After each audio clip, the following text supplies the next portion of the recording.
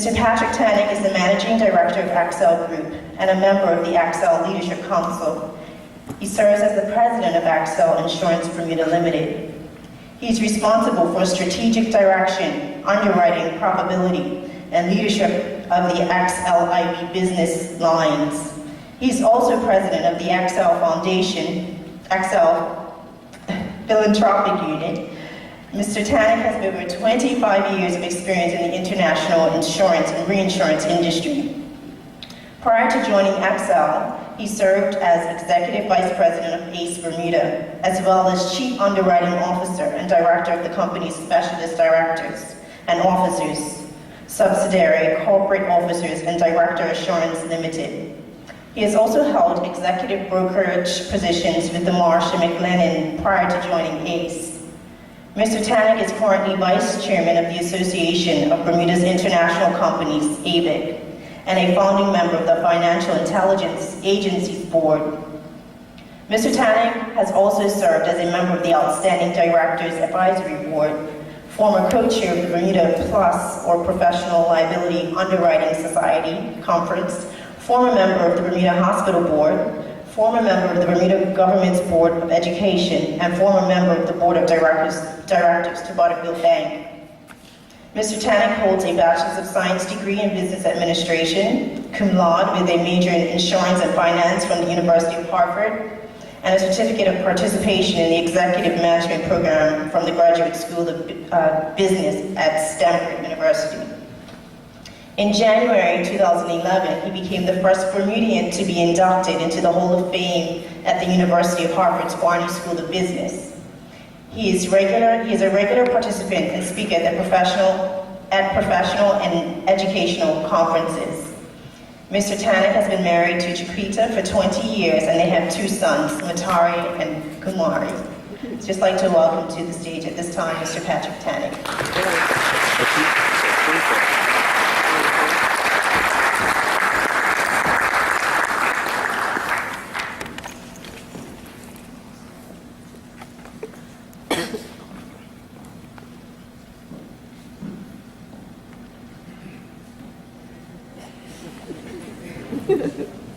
Well, good afternoon, everyone. Does anybody remember the first man that went to the moon?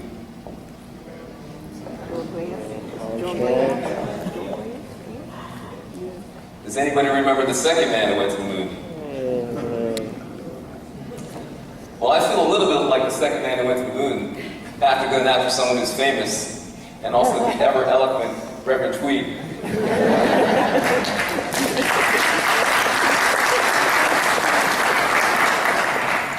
But I'm going to do my best. Before I get started, I just want to say that I'm here in a personal capacity, and not in my capacity as president of Accel Bermuda. And the comments that I make today are my own comments, and do not necessarily reflect the views of Accel or the Accel group of companies. Let's get started. Thank you so much for inviting me here today. I'm quite aware of the significance of this occasion, and I feel privileged and humbled that you've asked me to speak here today. I am fully aware that the bravery of the founding fathers of the Progressive Labor Party enabled people like me to pursue a successful career in Bermuda. And plus, when someone, a young person of the pedigree of a Tene Fervent asks you to speak, how could I say no? And even though the time and the venue kept changing, I was absolutely determined to be here. So here I am with my wife, Chiquita, my youngest son, Kumari, my oldest son, Matari. Unfortunately, well, not unfortunately, he's away in school pursuing a degree in hospitality management at Johnson & Wales, but wherever I go, he's with me. And as I look in the audience, I see my parents, Marie and David Tannick, and I can't forget the mother-in-law, Violet Tucker. And as I look around, I see several of my closest friends and many colleagues from work.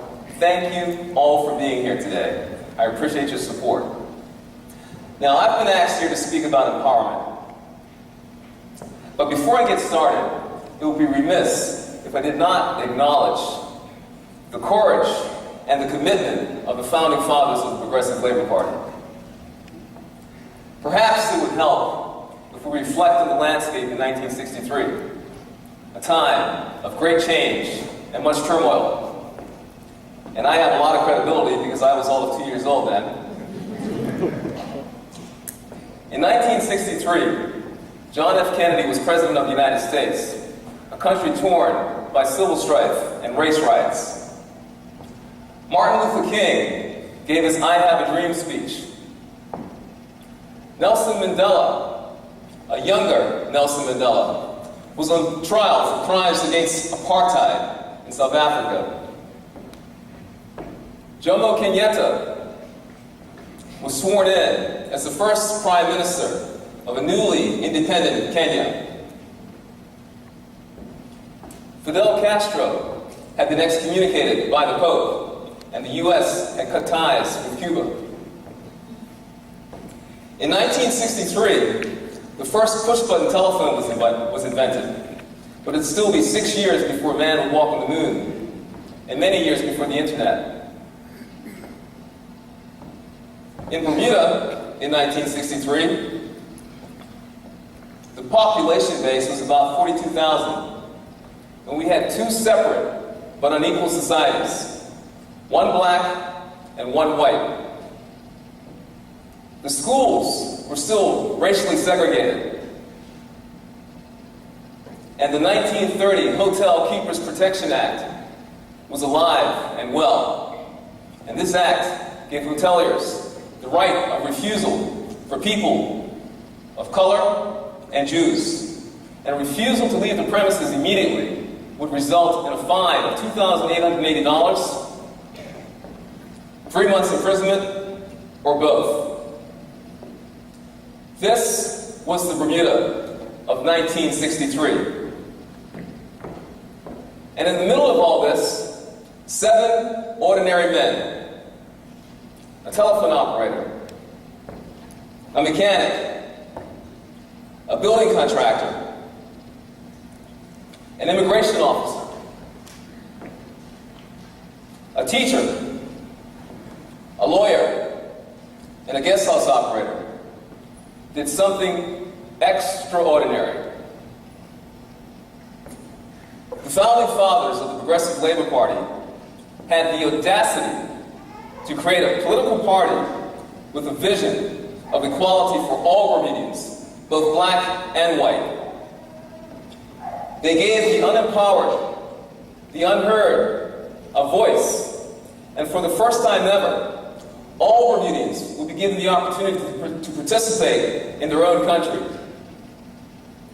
These men, in their own way, were the Nelson Mandelas and Martin Luther Kings of Bermuda. And this country owes these men a tremendous debt of gratitude.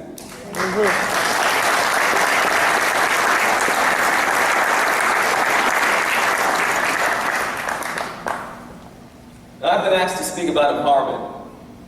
And as I was preparing my remarks, I found myself reflecting on the founding fathers, how they empowered themselves to empower thousands of their fellow citizens. And I wonder, what would they think about today's world, where a Barack Obama can become president of the most powerful nation on the planet, but young Trayvon Martin can be shot and killed for wearing a hoodie?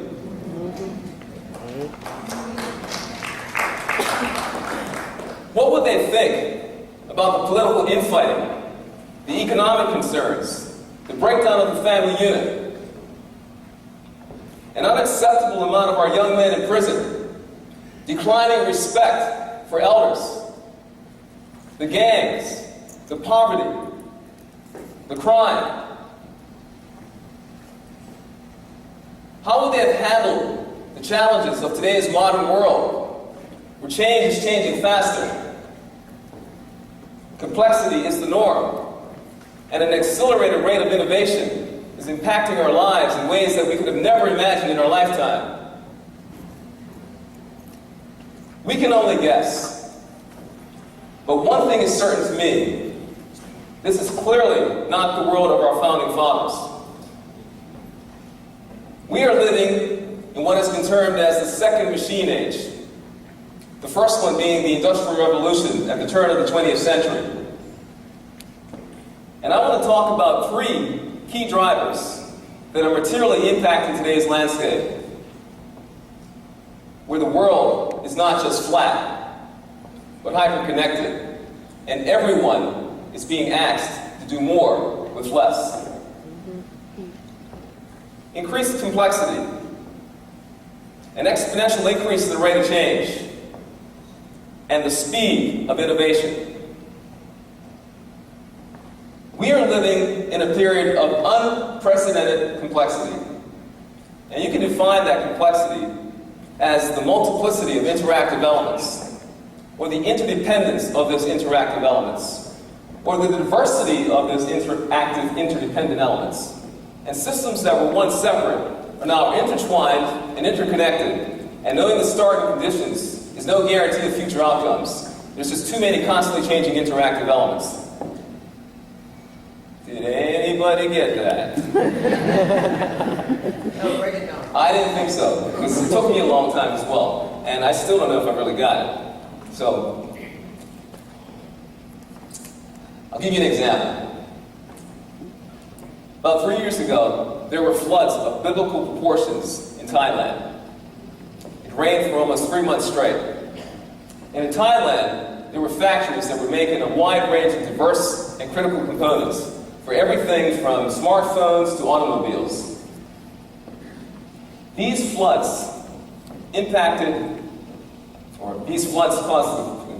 caused a delay in production and impacted supply chains for weeks.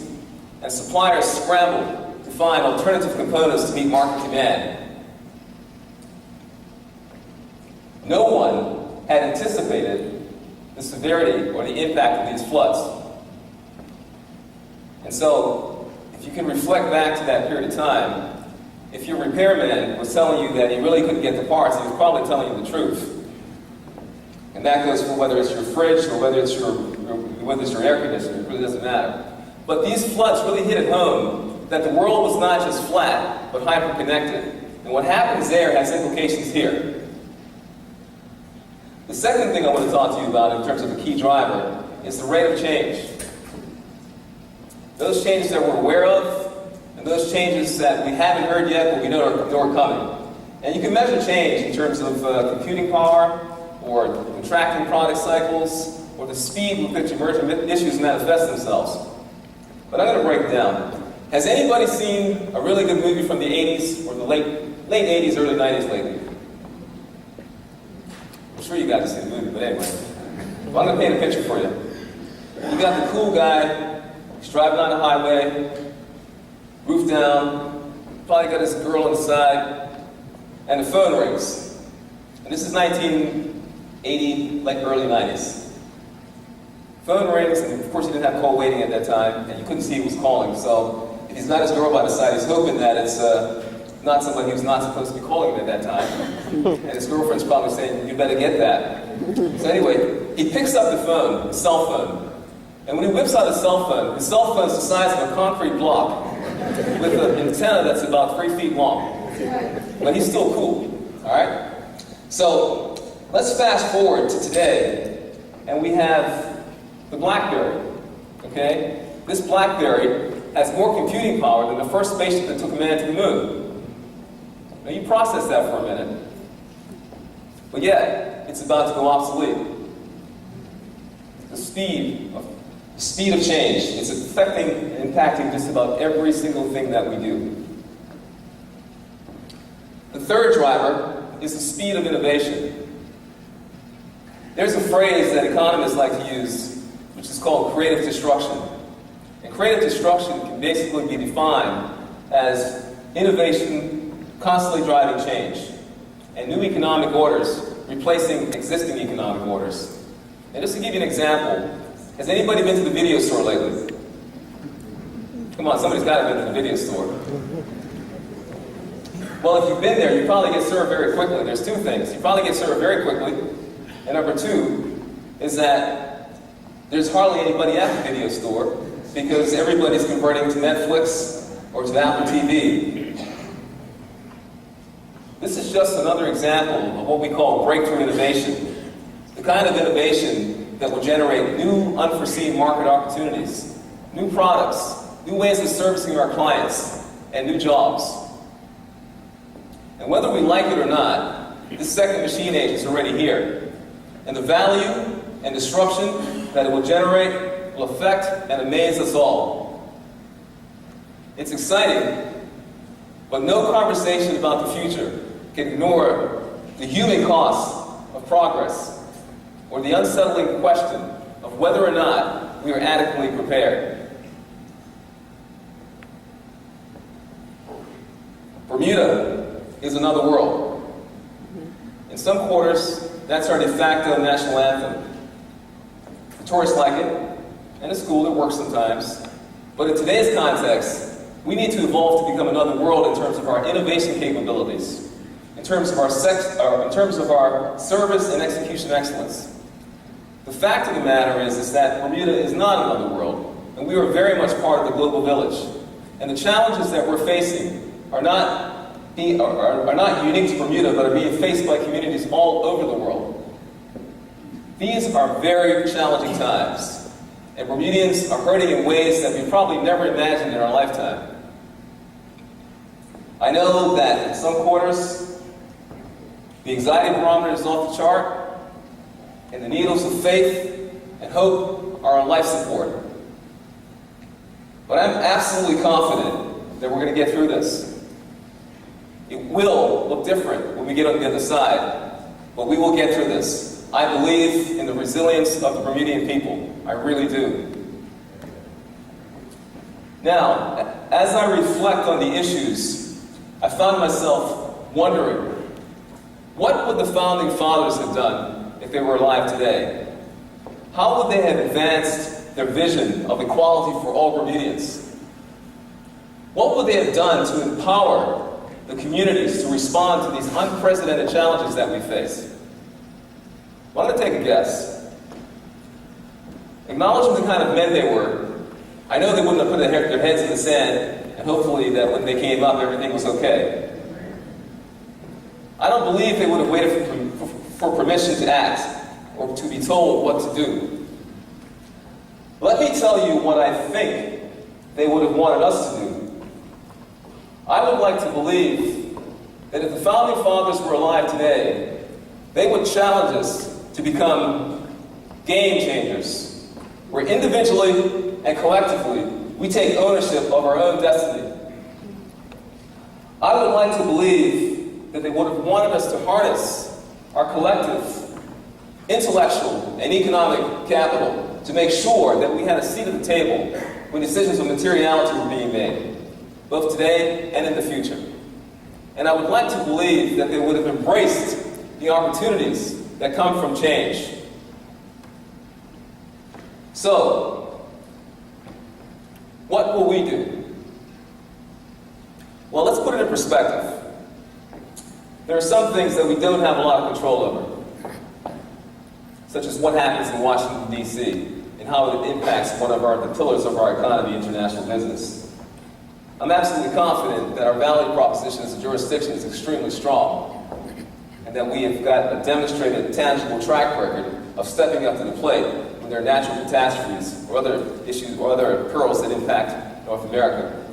We've paid over $35 billion in claims since the year 2000 for things such as September 11th, Hurricane Sandy, Hurricane Wilma, Rita, Katrina, you name it, the tornadoes in Joplin. So I think we're okay in that area.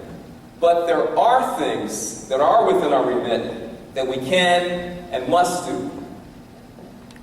I referred to a phrase earlier called creative destruction, where innovation is constantly driving change, and new economic orders quickly replace existing economic orders. In academia, there's usually two responses when you have a situation like that. One response is that you retool the existing legacy operations. In this case, that would mean, or the legacy industries. In our case, that would be international business and tourism. And I'm not going to talk too much about them. I think there's enough been said about them already. The one I would like to focus on is the second response. And the second response is that you create new entities to deal with the opportunities that come from change. Entrepreneurship. I believe in entrepreneurship. Entrepreneurship is one of the engines of job creation. But if anybody here is an entrepreneur who's had a sustainable business model for several years, will tell aspiring entrepreneurs that no one is going to do business with you on a sustained basis because they went to your same church or because they grew up in your same neighborhood. You must provide value, and you must provide a differentiated experience. You're not going to do business just because you're a nice guy. Now, there's been a lot of talk in the community about privatization and mutualization. And it's not for me to really comment on that. But from my perspective, I believe that the conversation needs to evolve from privatization and mutualization to diversification of our revenue stream as a matter of real urgency.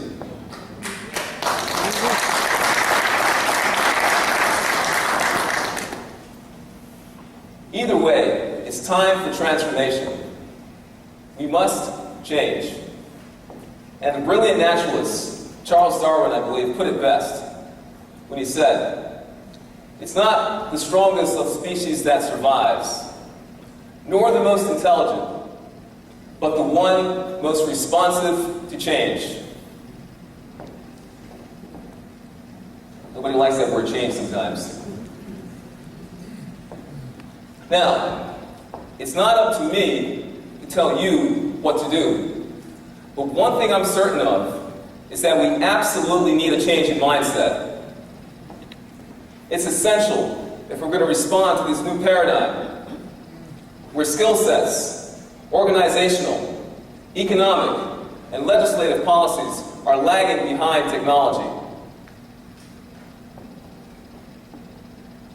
As a community, we need a change in mentality if we're going to compete in this modern technology-fueled economy. We must identify new ways to create and build wealth and ultimately economic power.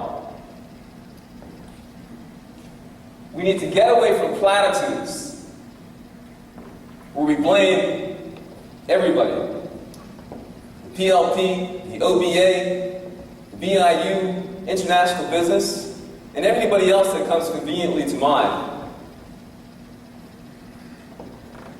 We can start by taking personal responsibility for our own self and our own success.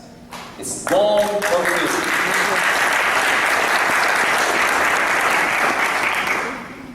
Only we have the power to unlock our own potential. We must, with post-haste, make a serious effort to acquire the skill sets that will be relevant in this modern technology-fueled economy.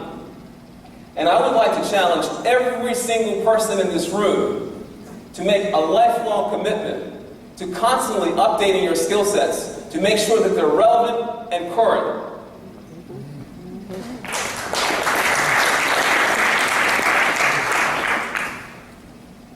Adaptability, flexibility, embracing the opportunities that come from change, being energized by change. It's the only way that we're going to stand any chance of competing and being relevant. We must be prepared. The train has left the station. Now, I'm not an expert on empowerment, but I do believe that a critical step to empowerment is to embark on a journey of self-awareness, belief in oneself, and a cultural awareness of our history.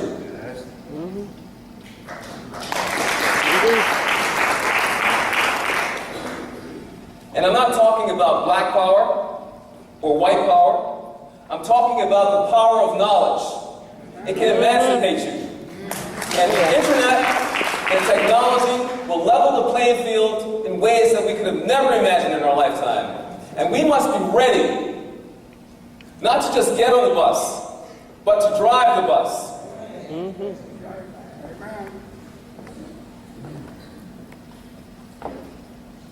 Now, a word here for politicians,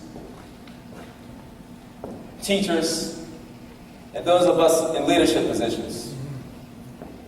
I would like to banish to the depths of the incinerator at Times Bay all those people who subscribe to that school of thought, do as I say and not as I do. There is no room for that today. Our children, our constituents, and our colleagues will behave as they see us behave, not how we tell them to behave. It's time to walk the walk. Enough of the talk. Be authentic.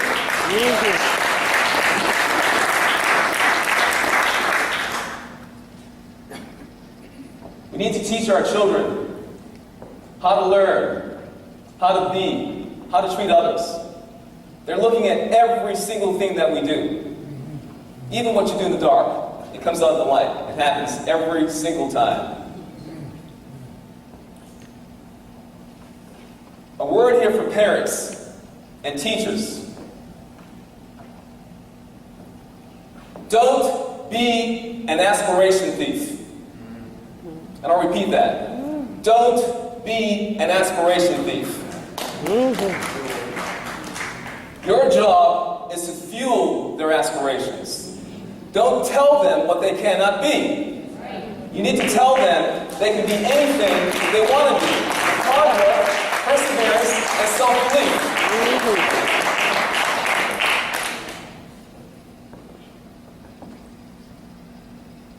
When I was growing up, my mother and father, Marie and David Stanek, installed a strong sense of self-belief that we could be anything that we wanted to be. In fact, my father, Mom, can you just ask him to stand up for a second? Because he's one of these unknown soldiers that everybody refers to. My father, David Stanek.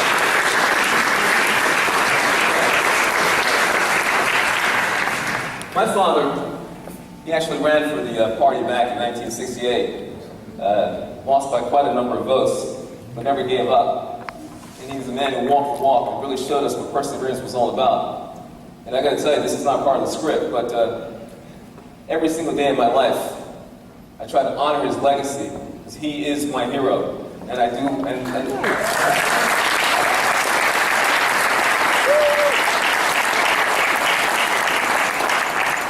try to honor his legacy by being the best that I can be in terms of trying to live up to his legacy. But the bottom line is that I try to install his values in our sons, Matari and Kamari. And when we were growing up, my father never even allowed us to use the word can't in our house. It was forbidden. And I remember being a young boy, 7 years old, and my father came home with this book one time, and it had this caption, "I can't." And he basically, and the next page had a picture of, "I can," where he had knocked off the T. Can't was not allowed in our house. Positive thinking. You can be anything that you want to be with hard work, perseverance, and self-belief. Now, I'm not a social scientist, and I certainly don't have all the answers. But I do have a strong conviction that empowerment starts with us, and that the founding fathers of the Progressive Labor Party would have wanted us to take control of our own destiny, to respond to the challenges and the opportunities of today's world. It's the only way forward. Bermuda has a great track record, a historical track record, of responding to the opportunities and the challenges that come from change. But I gotta tell you that this is very different. This is not a prequel of some old movie. This is not a remake. No one has seen this movie before. This is absolutely unprecedented and will require an unprecedented response. And that means that we have to take our game up to another level. We have to provide value, and we have to stop confusing service with servitude. If I don't provide value in my role as president of Excel Bermuda, my clients will go somewhere else. Because our clients and our customers, whether they're tourists or whether they're business people, have more choices than they've ever had before. And we want them to choose us. This is not about kissing up. This is about economics, pure and simple. The world is not just flat, the world is hyperconnected. So we've got to provide value. There is no room for arrogance in today's world. You need to park it at the door. And that goes for employers and employees, for blue collar and for white collar, for internationals and for Bermudians. No one is immune. Right. Let's park the arrogance at the door. There's an old saying, well, hey, it's nice to be important, but it's more important to be Nice. Thank you. And since we're all in this together, I'd just like to say a word to those investors in Bermuda who have shown cultural sensitivity and cultural awareness and respect for Bermudian culture. We appreciate you. It's important and a key factor in our joint success. There is no room for the condescending behavior of our historical past. And while we're at it, we must be our brother's keeper. Everyone should have access, equal access to success. But the fact of the matter is that some of you will get there before others. And in some situations, the playing field is still not level. So for those of you who get there first, help others to get there. Mentor them.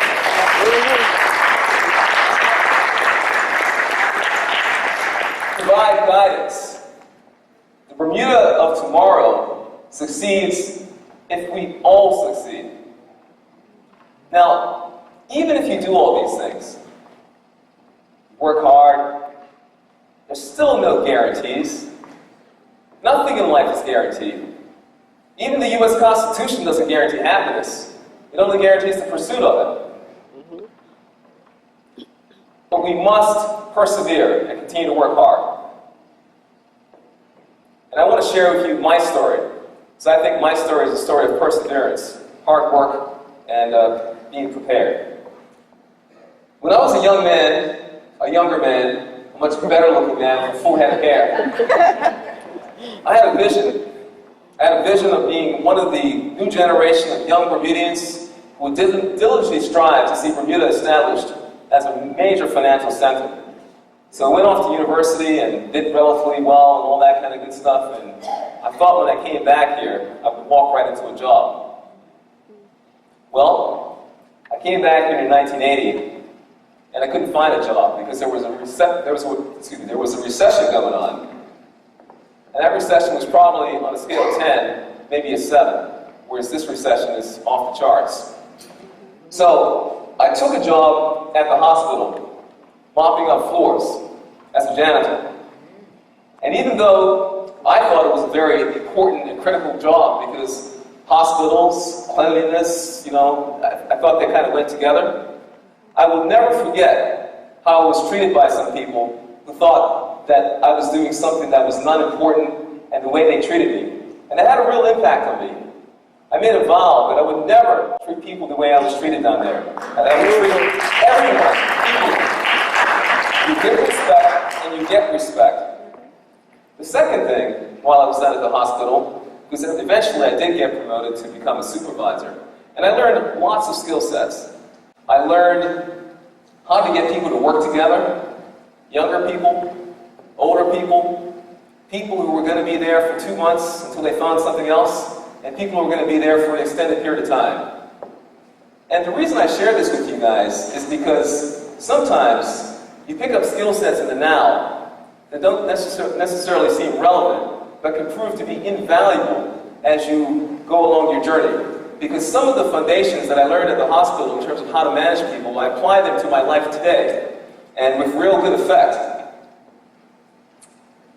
The other thing I did while I was at the hospital was I kept my skill sets current. I kept learning. I kept studying. I kept taking exams to prepare myself for when that opportunity would eventually come to participate in international business.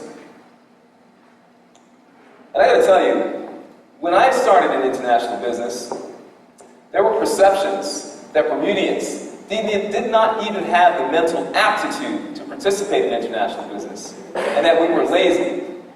And so we worked twice as hard to overcome those perceptions. And as I look around today, and I see the number of Bermudians, young Bermudians and older Bermudians who are participating and working in international business, I feel like we've made some progress.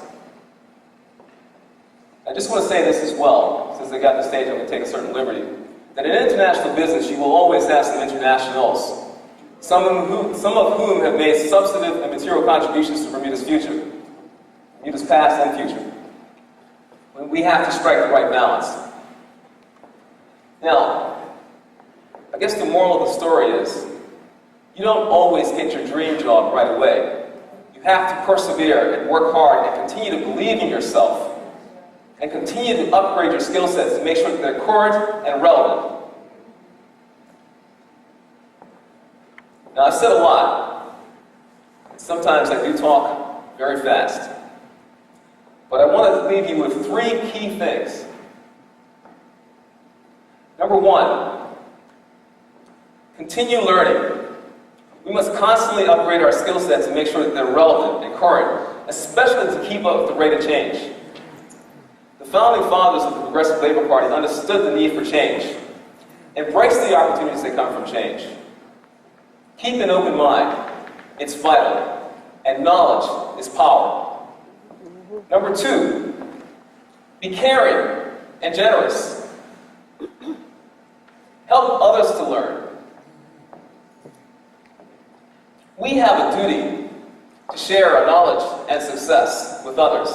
And as you are empowered by wisdom, education, expertise, knowledge, cultural awareness, help to empower others, just like the founding fathers helped to empower us so many years ago. Remember, no one cares how much you know until they know how much you care. The third thing is be courageous and innovative. Fear is the enemy of growth. We are not going to succeed by waiting for permission to act. The founding fathers of the Progressive Labor Party were fearless, and they innovated, or else they would not have achieved what they did.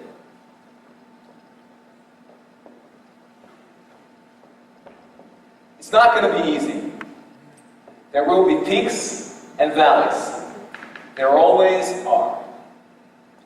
To overcome injustices and inequities will take strong, united people with a common vision of a Bermuda where everyone has an equal opportunity to success. We must never forget the past, but we must move forward. There's an old Cherokee proverb that I want to share with you, and it goes as follows. Don't let yesterday take up too much of today. And I will repeat that. Don't let yesterday take up too much of today.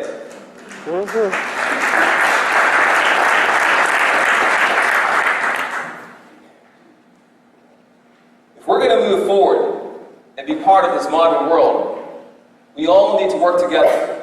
And that means all of us for a better and successful Bermuda. Now, as I wrap up, I would just like to ask you to reflect for a moment. Reflect for a moment in your life when someone intervened in your life, someone made you believe in yourself, someone shared their skill sets with you to empower you. Everybody's quiet. Do you remember what that person looked like? Were they tall?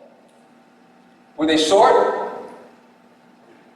Maybe they were from down the country or up the country. Maybe they were, was it a man? A woman? Were they black? Or were they white? The fact of the matter is, it really doesn't matter.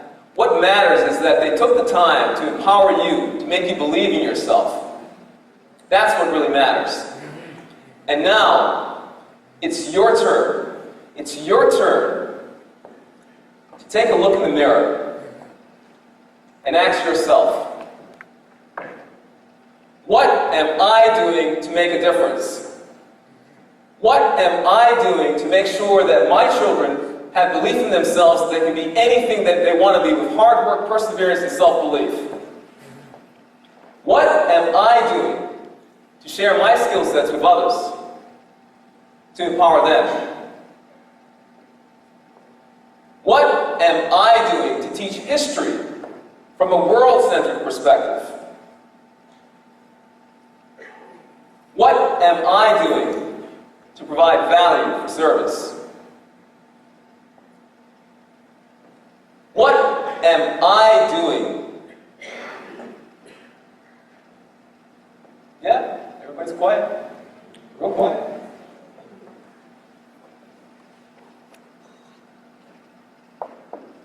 Am I truly doing enough to be my brother's keeper? What am I doing to enhance the lives of people in our community?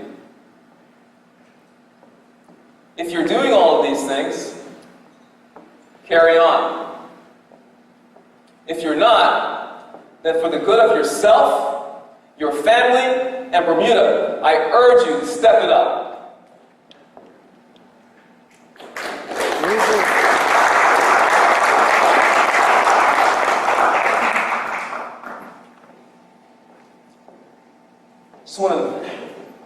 Just want to quote from one of the greatest documented innovators of all time, Leonardo da Vinci.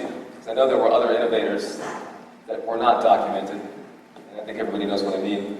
But Leonardo da Vinci once said, "It has come to my attention long ago that people of accomplishment very rarely sat back and had things happen to them. They went out and happened to things." Make it happen. Make a difference and make an impact. Take personal responsibility for your own success. Empowerment starts with you. I believe in Bermuda, and I believe in you. Make it happen, people. Thank you very much. For sharing your words of wisdom and encouragement. I particularly enjoyed the fact that you didn't simply mention the issues, but you provided solutions. Thank you for reminding us that in order to move forward, we must be responsive to change, we must be our brother's keeper, we must be self-aware, and overall, that empowerment starts with us. Once again, thank you. Thank you.